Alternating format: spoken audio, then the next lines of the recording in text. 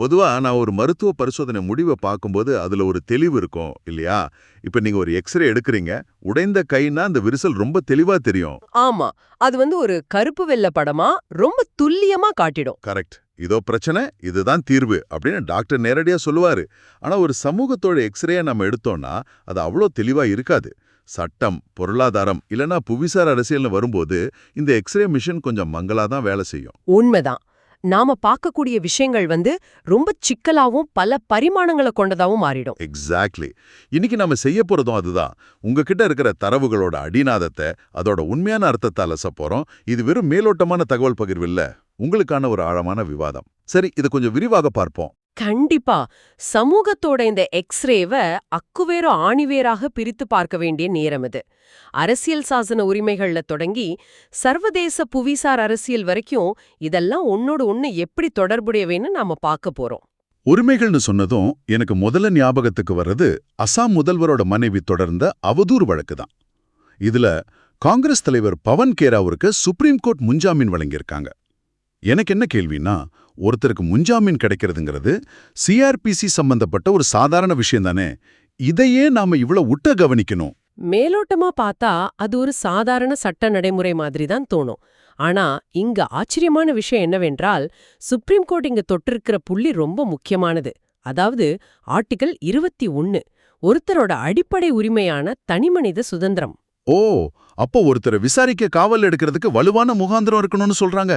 ஆமா, அத விட்டுட்டு ஒருத்தரை அச்சுறுத்தணும் இல்லனா அரசியல் ரீதியா பழி வாங்கணும் அப்படிங்கிறதுக்காகவே இந்த கைதுங்கிற ஆயுதத்தை பயன்படுத்தக்கூடாதுன்னு கோர்ட்டு தெளிவா சொல்லியிருக்காங்க. அதாவது தண்டனை வழங்குறதுக்கு முன்பே கைது மூலம் ஒருத்தரை தண்டிக்கும் போக்கு மாறணும். ரொம்ப சரியான ஒரு பாயிண்ட். சட்டத்தோட ஓட்டைகளை பயன்படுத்தி ஒருத்தரை மனதளவுல முடக்கிறதுக்கு எதிரான ஒரு தீர்ப்பு இது. இதே போல தனிமனித உரிமை பத்தி பேசும்போது எனக்கு டெல்லி ஹைகோர்ட்டோட சமீபத்திய ஒரு ஆர்டிஐ தீர்ப்பு ரொம்ப குழப்பமா இருக்கு. எந்த தீர்ப்பு? விவாகரத்து கேட்கிற ஒரு மனைவி அவங்க கணவனோட வருமான வரி விவரங்களை ஆர்டிஐ மூலமா கேட்டிருந்தாங்க. ஆனா கோர்ட் அதை மறுத்துருச்சு. ஒரு மனைவிக்கு தான் கணவனோட வருமானம் என்னன்னு தெரிஞ்சுக்க உரிமை இல்லையா? நீங்க கேக்குற லாஜிக் சரிதான். ஆனா இங்க ரெண்டு வேற வேற சட்டங்கள் ஒண்ணுக்கொன்னு முட்டிக்குது. ஆர்டிஐ அப்படிங்கிறது ஒரு பொது சட்டம். அரசாங்க அலுவலகம் எப்படி இயங்குதுன்னு தெரிஞ்சுக்க அது பயன்படும். ஆனா இது எப்படி இருக்குன்னா, பொது இடத்துல இருக்கிற ஒரு அலமாரியை திறக்கலாம், ஆனா ஒருத்தரோட பர்சனல் லாக்கரை திறக்க முடியாதுங்கிற மாதிரி இருக்கு. கரெக்ட், அதேதான். வருமான வரி விவரங்கள்ங்கிறது தனிப்பட்ட தகவல்கள், பர்சனல் இன்ஃபர்மேஷன். பொது நலன் இருந்தாலொழிய அதை மூன்றாம் நபருக்கு ஆர்டிஐ மூலமா கொடுக்க முடியாது. ஒரு நிமிஷம் இருங்க. அப்படி என்றால் அந்த மனைவி எப்படிதான் ஜீவனாம்சம் கேட்கறது? தன் கணவன் எவ்வளவு சம்பாதிக்கிறாருனே தெரியாம எப்படி வழக்கு தொடுக்கிறது? அதுக்கு தான் சட்டத்துல வேற வழிகள் இருக்கு. ரஜினேஷ் வர்சஸ் நேஹா அப்படிங்கிற ஒரு முக்கியமான சுப்ரீம் கோர்ட் தீர்ப்பு இருக்கு. அதுபடி குடும்ப நல கோர்ட்ல ஜீவனாம்ச வழக்கு நடக்கும்போது இரு தரப்பும் தங்களோட வருமான விவரங்களை ஒரு பிரமாண பத்திரமா, அதாவது அஃபிடவிட்டா தாக்கல் செஞ்சே ஆகணும். ஓஹோ, அப்ப முறையான வழியில கோர்ட்ல போய் கேட்கணும், ஆர்டிஐயை பயன்படுத்தக்கூடாது. எக்ஸாக்ட்லி. பர்சனல் லாக்கரை உடைக்க பொது சட்டத்தை பயன்படுத்தாதேங்கிறது தான் கோர்ட்டோட நிலைப்பாடு. இப்ப ரொம்ப தெளிவா புரியுது. தனி மனித உரிமைக்கும் வெளிப்படைத்தன்மைக்கும் நடுவுல இருக்கிற அந்த மெல்லிய கோடு இதுதான். இதே உரிமைகள் அரசுக்கும் குடிமக்களுக்கும் உள்ள உறவுல எப்படி இருக்குன்னு பார்த்தா, ஓசிஐ விதிகள்ல செய்யப்பட்ட திருத்தங்கள் கவனிக்கத்தக்கவை. ஆமா, overseas citizen of India rules 2009. Correct. ஒரு மைனர் குழந்தை இந்திய பாஸ்போர்ட்டோட வேற ஒரு நாட்டோட பாஸ்போர்ட்டையும் ஒரே நேரத்துல வச்சுக்க முடியாதுன்னு புது திருத்தம் வந்திருக்கு. இது இந்திய இறையாண்மையிலோட ஒரு பகுதி. இந்தியா இரட்டை குடியுரிமை அனுமதிக்கிறது இல்லைங்கிற விதிய டிஜிட்டல் யுகத்துக்கு ஏத்த மாதிரி இன்னும் கொஞ்சம் இறுக்கமாக்கியிருக்காங்க. இப்போ பாஸ்போர்ட், ஓசிஐ கார்டு எல்லாத்தையும் இணைச்சு கண்காணிக்கிறது அரசுக்கு ரொம்ப ஈஸி. டிஜிட்டல் கண்காணிப்புன்னு சொல்லும் போதே எனக்கு இன்னொரு முக்கியமான விஷயம் ஞாபகத்துக்கு வருது. இணைய தணிக்கை, அதாவது டிஜிட்டல் சென்சார்ஷிப். இது ஒரு சூடான விவாதமாச்சே. ஆமா, இங்க நான் உன்னை தெளிவுபடுத்த விரும்புறேன். நாங்க எந்த அரசியல் தரப்புக்கும் ஆதரவானவங்க இல்ல. தரவுகள்ல இருக்கிறத மட்டும்தான் சொல்றோம். பாத்தீங்கன்னா, தமிழ்நாட்டுல ஒரு விமர்சன ட்வீட் டெலீட் ஆகுது. மேற்கு வங்கத்துல ஒரு கார்ட்டூன் நீக்கப்படுது. பஞ்சாப்ல ஒரு யூடியூப் வீடியோ முடக்கப்படுது. ஆமா, எல்லா மாநில அரசுகளும் இதை செய்றாங்க. கரெக்ட். மத்திய அரசும் இதே ஐடி சட்டத்தோட செக்ஷன் 69A அப்புறம் 79(3)ய தொடர்ச்சியா பயன்படுத்துறாங்க. இடதுசாரி வலதுசாரி சார்பில்லாம எல்லா அரசியல் தரப்புமே இத ஒரு கருவியா தான் பாக்குறாங்க. இத ஒரு பெரிய கண்ணோட்டத்தோட இணைச்சு பார்த்தா சமூக ஊடக நிறுவனங்களுக்கு கொடுக்கப்பட்டிருக்கிற சேஃப் ஹார்பர் பாதுகாப்பு பத்தி நம்ம பேசணும். அதாவது யூசர் போடுற தப்பான கருத்துக்கு நிறுவனம் பொறுப்பு இல்லைங்கிற அந்த பாதுகாப்பு. ஆனா இப்போ அந்த பாதுகாப்பு கேள்விக்குறியாகி இருக்கு. ஆமா, சமீபத்திய திருத்தங்களின்படி அரசு ஒரு பதிவை நீக்க சொல்லி உத்தரவிட்டா வெறும் 3 மணி நேரத்துக்குள்ள அந்த நிறுவனம் அதை நீக்கி ஆகணும். வெயிட் ஒரு நிமிஷம், வெறும் 3 மணி நேரமா? கோடிக்கணக்கான பதிவுகள் வர்ற ஒரு பிளாட்ஃபார்ம்ல அந்த பதிவு நிஜமாவே சட்டவிரோதமானதா இல்ல சாதாரண அரசியல் விமர்சனமானு 3 மணி நேரத்துல எப்படி செக் பண்ண முடியும்? அங்கதான் சிக்கலே. அவங்களால கண்டிப்பா முடியாது. அதனால அந்த பதிவை அமைதியா நீக்கிட்டு தங்களோட சேஃப் ஹார்பர் பாதுகாப்பை தக்க வச்சுக்கிறதே நிறுவனங்களுக்கு லாபம். இது அரசுகளுக்கும் ரொம்ப நல்லாவே தெரியும். ஓ, அப்போ இது கருத்து சுதந்திரத்தின் மேல ஒரு பெரிய பயத்தை உருவாக்குது. சரி, அரசோட இந்த அதிகார பிரயோகத்துல இருந்து கொஞ்சம் பொருளாதார கொள்கைகள் பக்கம் வருவோம். ஏப்ரல் 2026க்கான ஜிஎஸ்டி வசூல் 2.43 லட்சம் கோடியா உயர்ந்து ஒரு ரெக்கார்டு பிரேக் பண்ணிருக்கு. பெரிய நம்பர் தான். இது பார்க்கும்போது பரவாயில்லையே, நம்ம பொருளாதாரம் சூப்பரா வளருதுன்னு தோணுது. அப்படின்னா இதோட உண்மையான அர்த்தம் என்ன? இது உண்மையிலே உள்நாட்டு வளர்ச்சியா? மேலோட்டமா பார்த்தா அப்படிதான் தோணும். ஆனா அந்த தரவுகளை கொஞ்சம் ஆழமா தோண்டி பாருங்க. மொத்த வசூல் அதிகரிச்சிருக்கிறது உண்மைதான். ஆனா உள்நாட்டு விற்பனை மீதான வரி வசூல் வெறும் 4.3% தான் வளர்ந்திருக்கு. ஓ, அப்படி என்றால் மீதி வசூல் எங்கிருந்து வந்திருக்கு? நாம வெளியிலிருந்து அதிகமா பொருட்களை இறக்குமதி செய்யறோம்னு அர்த்தமா? துல்லியமா, இறக்குமதி மீதான வரி வசூல் தான் 26% அதிகரிச்சிருக்கு. இது எதை காட்டுதுன்னா, உள்நாட்டுல மக்களின் நுகர்வு, அதாவது டொமெஸ்டிக் கன்சம்ஷன் எதிர்பார்த்த அளவு வளரல. உள்நாட்டு உற்பத்தியில ஒரு சுணக்கம் இருக்கு. இத மறைச்சிட்டு பார்த்தா 2.43 லட்சம் கோடிங்கிறது ஒரு பிரம்மாண்டமான மாய எண்டானோ. இந்த சுணக்கத்தை பத்தி பேசும்போது பேங்க்ஸை பத்தியும் நாம பேசியாகணும். வாராக்கடன்களை கணக்கிட ஆர்பிஐ ஒரு புது முறையை கொண்டு வந்திருக்காங்க. ஆமா, IFRS 9 அடிப்படையிலான எக்ஸ்பெக்டட் கிரெடிட் லாஸ் ஃப்ரேம்வொர்க், சுருக்கமா ECL. கரெக்ட். இது எப்படி இருக்குன்னா, மழை வந்த பிறகு ஒழுகும் கூரையை சரி செய்யறதுக்கும் மழை வரும் முன்பே வானிலையை கணிச்சு முன்கூட்டியே கூரையை மாத்துறதுக்கும் உள்ள வித்தியாசம் மாதிரி இருக்கு. ரொம்ப பொருத்தமான ஒப்பீடு. இதுவரைக்கும் வங்கிகள் இன்கர்ட் லாஸ் முறையை பின்பற்றினாங்க. அதாவது பணம் திரும்பி வரலேன்னு உறுதியான பிறகுதான் லாபத்திலிருந்து இழப்பீட்டு நிதியை ஒதுக்குவாங்க. இது மழை வந்த பிறகு கூரையை சரி செய்யற மாதிரி. ஆனா இப்போ ECL முறைப்படி கடன் கொடுக்கும் போதே அபாயத்தை 3 நிலையா பிரிச்சு முன்கூட்டியே நிதியை தயாரா வைக்கணும். ஆனா இதுல ஒரு முரண்பாடு இருக்கிற மாதிரி தெரியலையா? மழை வரும்னு கணிச்சு நான் முன்கூட்டியே பணத்தை ஒதுக்கிட்டா வேற எந்த தொழிலும் பண்ண முடியாது.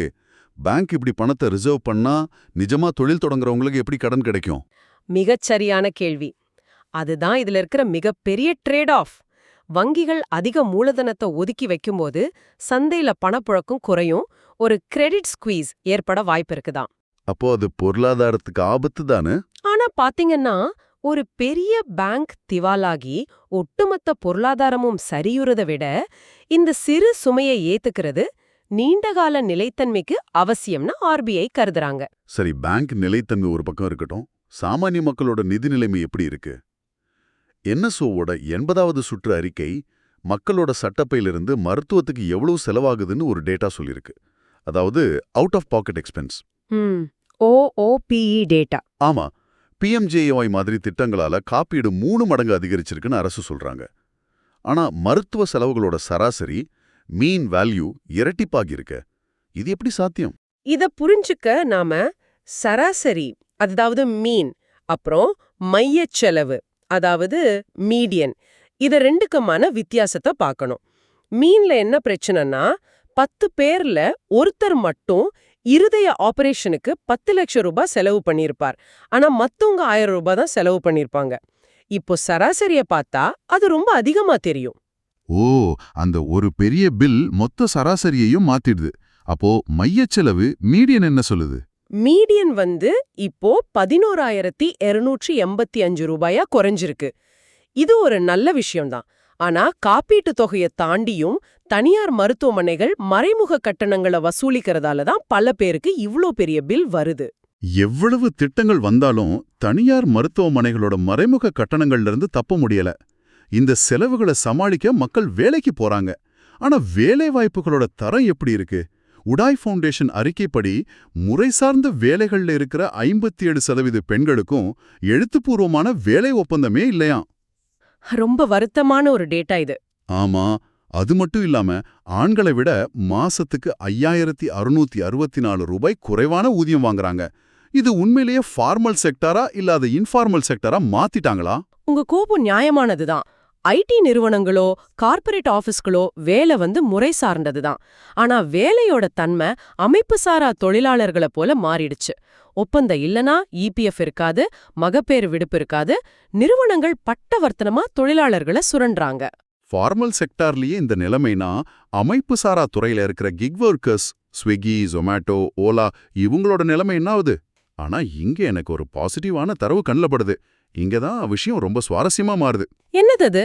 கர்நாடகா அரசு இந்தியாவிலேயே முதல் முறையா ஐபிஜிஆர்எஸ் அப்படிங்கிற ஒரு குறைதீர்க்கும் இணையதளத்தை இவங்களுக்காக உருவாக்கியிருக்காங்க. ஒரு சிறந்த முன்னுதாரணம் இது. ஆமா, இது ஒரு முக்கியமான நகர்வு. இவ்ளோ நாளா ஒரு டெலிவரி பார்ட்னருக்கு பிரச்சனைனா ஆப்குள்ளேயே ஒரு ரோபோ கிட்ட தான் பேசணும். ஆனா இப்போ இந்த போர்ட்டல்ல புகார் அளித்தால் குறிப்பிட்ட நாட்களுக்குள்ள நிறுவனம் பதிலளிக்கணும், இல்லனா அரசு தலையிடும். இது அவங்களுக்கு ஒரு சட்ட அங்கீகாரத்தை கொடுக்குது. சாரா தொழிலாளர்கள் நிலைமைக்கு வருவோம். ஆந்திர பிரதேசத்துல எடுக்கப்பட்ட ஒரு கள ஆய்வு என்ன ரொம்பவே பாதிச்சுது.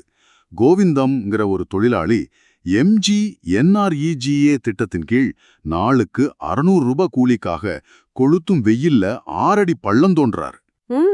லக்ஷ்மிங்கிற 50 வயசு பெண்மணி வெறும் 250 ரூபாய்க்காக மிளகாய் அறுவடை செய்யறாங்க. இந்த அர்பன் ஹீட் வேவ்ஸ், வெயில் அலைகள் இவங்கள வாட்டி வதைக்குது. ஆனா அவங்க அதை ஒரு நோயாகவே பாக்குறது இல்ல. அவங்களுக்கு வேற வழி இல்லைங்க. அன்னைக்கு வேலைக்கு போனா உள்ள கொதிக்கும், இல்லனா வயிறு எரியும். இதுக்கு ஒரு மிகப்பெரிய மேக்ரோ காரணம் இருக்கு. அதுதான் எல் நீனோ விளைவுகள், அப்புறம் பருவநிலை மாற்றம். இந்த அதீத வெப்பத்தால நாட்டோட மின் தேவை உச்சத்தை தொட்டிருக்கு. இதனாலதான் நாம சோலார், அதாவது சூரிய ஒளி மின்சாரத்தை நோக்கி போறோம்னு நினைக்கிறேன்.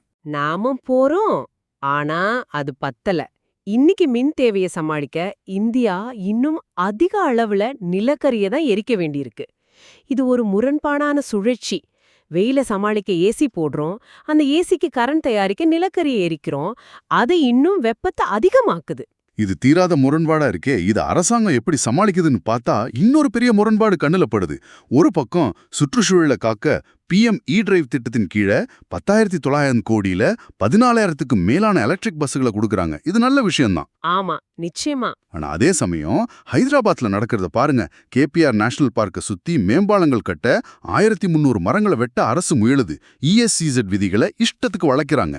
இந்த ஈகோ சென்சிட்டிவ் ஜோன் விதிய கொஞ்சம் ஆழமா பார்க்கணும். ஒரு வனப்பகுதியை சுத்தியும் 1 கிலோமீட்டர் தூரத்துக்கு ஷாக் அப்சார்பர் மாதிரி இந்த ESCZ இருக்கணும்னு சுப்ரீம் கோர்ட் சொல்லிருக்கு. ஆனா வளர்ச்சிங்கிற பேர்ல மரங்களை வெட்டிட்டு அங்க எலக்ட்ரிக் பஸ்களை விடுறது எந்த வகையிலும் இயற்கையை ஈடு செய்யாது. இது வெறும் கண் துடைப்பு தான். நகரங்களின் உள்கட்டமைப்புலந்து இப்போ கொஞ்சம் நாட்டின் பாதுகாப்பிற்கு தாவும். மணிப்பூர்ல குக்கி ஜோ குழுக்களோட அமைதி பேச்சுவார்த்தை மறுபடியும் தொடங்கியிருக்கு. இத்தனை மாத கலவரத்துக்கு பிறகு இப்ப ஏன் இந்த அமைதி பேச்சுவார்த்தை? எந்த ஒரு உள்நாட்டு முரண்பாட்டிலையும் ஒரு மிலிட்டரி எக்ஸாஷன் நிலை வரும். அதாவது 2 தரப்புமே ரொம்ப சோர்வடைஞ்சு சண்டையிட்டு எந்த தீர்வும் கிடைக்காதுன்னு உணர்ற புள்ளி அது. அந்த இடத்துல தான் அரசியல் தலையிட மூலமா பேச்சுவார்த்தை சாத்தியமாகும். உள்நாட்டு அமைதி ஒரு புறம் இருக்க, சர்வதேச போதைப்பொருள் ஒழிப்புலையும் ஒரு தரவு வந்திருக்கு. மும்பைல NCP அதிகாரிகள் 349 கிலோ கொக்கைனை பறிமுதல் செஞ்சிருக்காங்க. ஆமா, டார்க் வெப், கிரிப்டோ கரன்சி மூலமா நடக்கிற இந்த வியாபாரத்தை முறியடிச்சது NCPக்கு ஒரு முக்கியமான வெற்றி. இதைவிட ஒரு பெரிய பாதுகாப்பு மைல்கள் என்னவென்றால், ப்ராஜெக்ட் 17A திட்டத்தின் கீழ் 6வது நீலகிரி வகை ஸ்டெல்த் போர்க்கப்பல் இந்திய கடற்படையில இணைஞ்சிருக்கு. எனக்கு ஒரு சின்ன சந்தேகம். 149 மீட்டர் நீளமுள்ள ஒரு பிரம்மாண்டமான கப்பல் எப்படி ஸ்டெல்த்தா, அதாவது கண்ணுக்கு தெரியாம இருக்க முடியும்? அது கண்ணுக்கு தெரியாம இல்ல, எதிரியோட ரேடாருக்கு தெரியாம. இதோட மெக்கானிசம் ரொம்ப சுவாரஸ்யமானது. இந்த கப்பல்கள்ல குறிப்பிட்ட கோணங்கள்ல தகடுகளை வச்சிருப்பாங்க. இதனால ரேடார் அலைகள் பட்டு சிதறிடும். அதோட ரேடார உறிஞ்சும் சிறப்பு பெயிண்ட் பூசப்பட்டிருக்கும். வாவ்! ஆமா, இதனால இவ்வளவு பெரிய கப்பல் கூட எதிரியோட ஸ்கிரீன்ல ஒரு சின்ன மீன்பிடி படகு மாதிரி தான் தெரியும். நடுக்கடல்ல ஒரு பிரம்மாண்ட கப்பலை சின்ன படகா ஏமாற்றுற தொழில்நுட்பம். இந்த மாதிரி பாதுகாப்பு திறன்கள் மூலம் அண்டை நாடுகளுடனான உறவை நாம எப்படி பேணுவோம்? முக்கியமா வங்கதேசத்துடனான உறவு.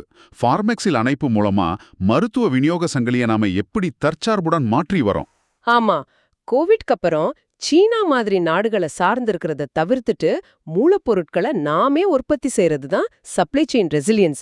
இதுல வங்கதேசத்துடனான நம்ம உறவு ரொம்ப முக்கியம். சர்வதேச உறவுகள்னு பேசும்போது இது ஒரு முக்கியமான கேள்வியை எழுப்புது. ஐக்கிய அரபு அமீரகம், அதாவது UAE, ஒப்பெக் அமைப்பிலிருந்து மே 1ஆம் தேதி வெளியேறி இருக்காங்க. எனக்கு இது எப்படி தோணுதுன்னா, ஒரு காலேஜ் குரூப் ப்ராஜெக்ட்ல ஒருத்தர் மட்டும் அதிக வேலை செஞ்சுட்டு இனி நான் தனியாவே மார்க் வாங்கிக்கிறேன்னு அந்த குழுவை விட்டு விலகுற மாதிரி இருக்கு. ரொம்ப பொருத்தமான உதாரணம். இங்க அந்த குரூப் லீடர் யாருன்னா சவுதி அரேபியா. UAE கிட்ட 113 பில்லியன் பேரல் எண்ணெய் இருப்பு இருக்கு. ஒரு நாளைக்கு 5 மில்லியன் பேரல் உற்பத்தி செய்யக்கூடிய திறன் இருக்கு. ஆனா ஓபெக் விதிகளால 3.45 மில்லியன் பேரல் தான் உற்பத்தி செய்ய முடிஞ்சது. ஓ, அப்போ அவங்களுக்கு மிகப்பெரிய வருமான இழப்பு. இப்போ வெளியே வந்ததால அவங்க விருப்பம் போல உற்பத்தி அதிகரிக்கலாம். ஆனா இத நாம ஏன் கவனிக்கணும்? உலக அரசியல்ல நடக்கிற இந்த சதுரங்க ஆட்டம் சாதாரண இந்தியனோட பர்ஸை எப்படி பாதிக்கும்? அதுதான் புவிசார் அரசியலோட மேஜிக். நாம கச்சா எண்ணெய அதிகமா இறக்குமதி செய்றோம். UAE உற்பத்தியை அதிகரிக்கும் போது சர்வதேச சந்தையில எண்ணெயோட சப்ளை அதிகரிக்கும். அப்போ இயற்கையாவே விலை குறையும். இது இந்தியாவோட பெட்ரோல் டீசல் விலை குறைவுக்கு வழிவகுக்கலாம். இது நல்ல செய்தியா இருக்கே. இதே புவிசார் அரசியல்ல இன்னொரு சுவாரஸ்யமான நியூஸும் இருக்கு. அமெரிக்காவுக்கும் ஈரானுக்கும் நடக்கிற பிரச்சனையில ஈரானுக்கு பாகிஸ்தான் ஒரு தூதுவரா செயல்படுது. நேரடி உறவு இல்லாததால இந்த பேக் சேனல் டிப்ளமசி நடக்குது. ஜியோபாலிட்டிக்ஸ்ல என்ன வேணாலும் நடக்கும்னு சொல்றது இதுக்கு தான் போல. சரிதான். நாம ஆரம்பத்துல பேசின அந்த எக்ஸ்ரே ஓமைக்கு இப்ப வருவோம். சட்டம், பொருளாதாரம், சுற்றுச்சூழல், உள்கட்டமைப்பு முதல் உலகளாவிய புவிசார் அரசியல் வரை எல்லாமே அந்த எக்ஸ்ரேல தனித்தனி நரம்புகளா தெரிஞ்சாலும் உண்மையில அவை அனைத்தும் ஒண்ணுக்கொன்னு ரொம்ப நெருக்கமா பின்னி பிணைஞ்சிருக்கு. UAEயோட ஒரு முடிவு இங்க இருக்கிற ஆட்டோ ஓட்டுநரோட பெட்ரோல் செலவை குறைக்குது. சுப்ரீம் கோர்ட்டோட ஒரு வரி ஒருத்தரோட சுதந்திரத்தை காப்பாத்துது. இதை விட சிறப்பா இதை தொகுத்து சொல்ல முடியாது. இன்னைக்கு நாம பல விஷயங்களை ஆழமா அலசணும். OCI விதிகளாகட்டும், கிக் தொழிலாளர்களுக்கான ITRC சட்டங்களாகட்டும், இல்ல பருவநிலை மாற்றத்தை கட்டுப்படுத்தும் PM E-டிரைவ் திட்டங்களாகட்டும், இதெல்லாம் காகிதத்துல ரொம்ப சிறப்பா நேர்த்தியா இருக்கு. ஆனா ஒரு நிமிஷம் இது எல்லாம் ஒதுக்கி வச்சுட்டு சிந்திச்சு பாருங்க. ஆந்திராவில் கொளுத்தும் வெயில்ல வெறும் 250 ரூபாய்க்காக உயிரை பணயம் வச்சு கஷ்டப்படுற லக்ஷ்மி, கோவிந்தம் மாதிரி சாமானியர்களோட நிஜ வாழ்க்கைக்கு இந்த கொள்கைகள் எப்ப போய் சேரும்? டெல்லியோட AC அறைகள் எடுக்கப்படுற இந்த முடிவுகள் சாமானியரோட விரவையை துடைக்க இன்னும் எத்தனை ஆண்டுகளாகும்? ரொம்ப ஆழமான ஒரு கேள்வி இது. ஆமா, சமூகத்தோட எக்ஸ்ரே எந்திரம் கொஞ்சம் மங்கலா இருக்கலாம். ஆனா நோயாளியான இந்த சமூகத்துக்கு சரியான சிகிச்சை கொடுத்தாகணும் இல்லையா? இது நீங்களே சிந்திச்சு பாருங்க. உங்களுக்கான தேடலை இங்கிருந்து தொடங்குங்க. மற்றும் ஒரு ஆழமான விவாதத்துல நம்ம மீண்டும் சந்திப்போம்.